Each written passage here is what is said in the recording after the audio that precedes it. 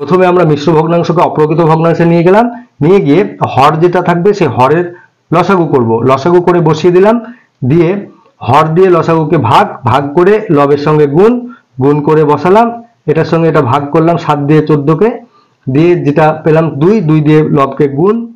High বন্ধুরা, আশা করি তোমরা সবাই ভালো আছো এবং সুস্থ আছো। আজকে আমরা আবারও ভগ্নাংশের অঙ্ক শিখব।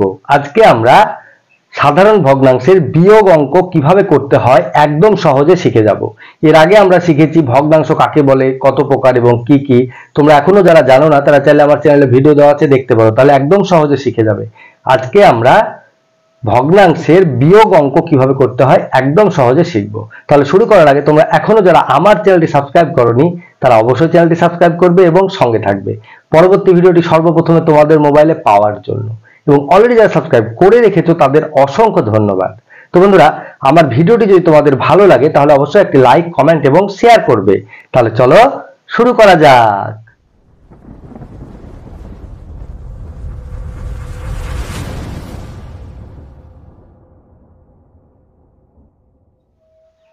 তো বন্ধুরা, আজকে আমরা ভগ্নাংশের বিয়োগ অঙ্ক শিখব। তাহলে চলো দেখে নিই।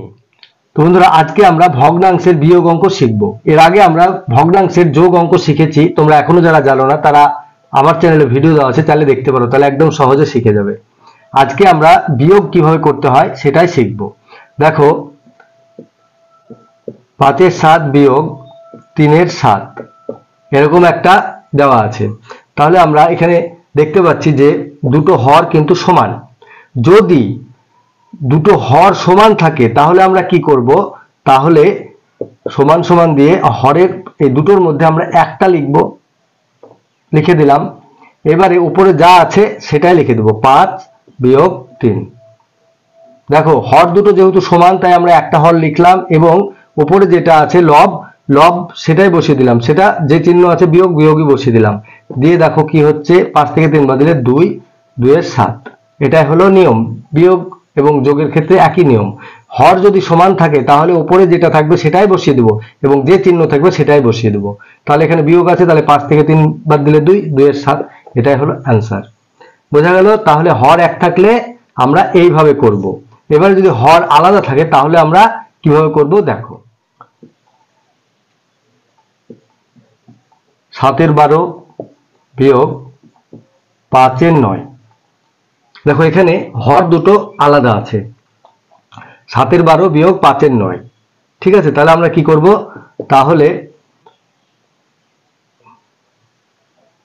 নিয়ম হচ্ছে এই দুটো লসাগু করতে হবে। হরের লসাগু করে যেটা লসাগু পাবো সেটা দিয়ে হর দিয়ে ভাগ করতে হবে, করে লব দিয়ে গুণ করতে হবে। যা চিহ্ন থাকবে সেটাই বসাতে হবে। যে আবার তাই হর দিয়ে ভাগ করে লব দিয়ে গুণ। ঠিক আছে, তাহলে আমরা প্রথমে লসাগুটা করে নিই। 12 এবং 9-এর লসাগুটা দেখি। 3 দিয়ে দেবো, 3 4-এ 12, 3 তিরিক্ষে 9। তাহলে 3 4-এ 12, 3 12 36। 12 এবং 9-এর লসাগু 36। তাহলে আমরা 36 বসিয়ে দিই। 36কে 12 দিয়ে ভাগ করতে হবে। 12 দিয়ে 36কে ভাগ করলে 3 12 36, 3 পেলাম। তাহলে সেই ভাগফল 3, 3 দিয়ে লবকে গুণ করবো, 3 7 21 বিয়োগ 9 দিয়ে 36কে ভাগ করব। তাহলে 9 দিয়ে 36কে ভাগ করলে 4, 4 9 36, 4 দিয়ে 5কে গুণ করব, 4 5 20। এবারে বিয়োগ করব, 21 থেকে 20 বাদ দিলে 1, 1-এর 36। এটাই হলো অ্যান্সার।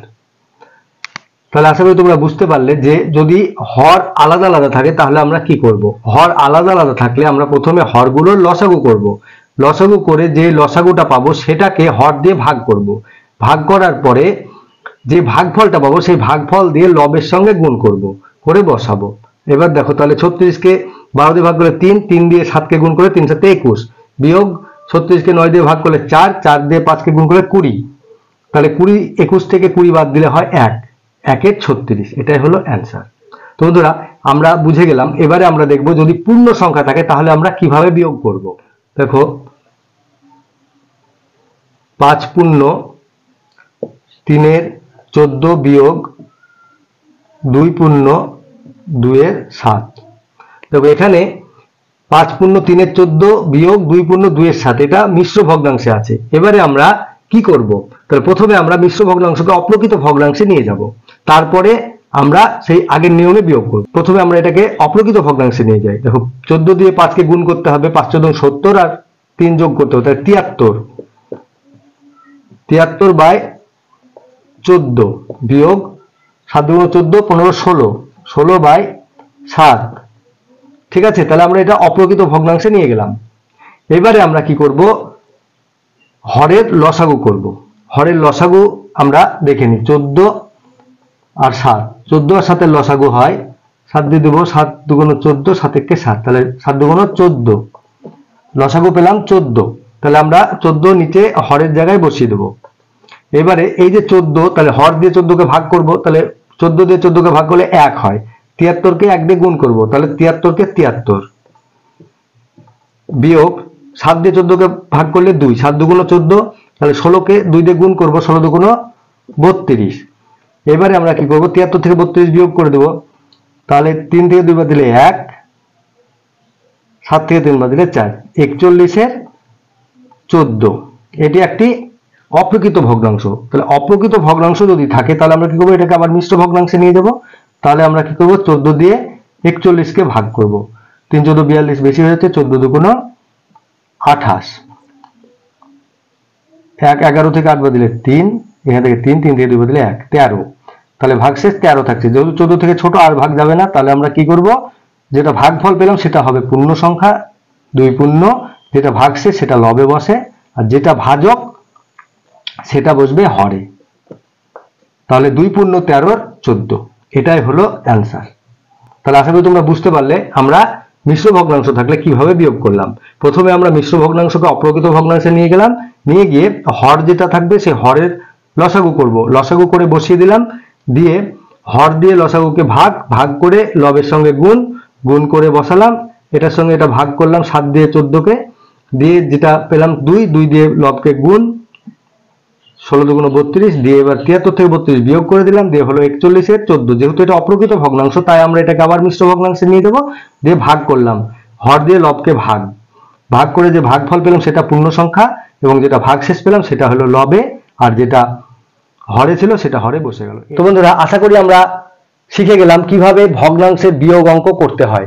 দেখো, প্রথমে আমরা হর এক রেখে করলাম, তারপরে হর আলাদা করে করলাম, তারপরে পূর্ণ সংখ্যা মানে মিশ্র ভগ্নাংশের বিয়োগ করলাম।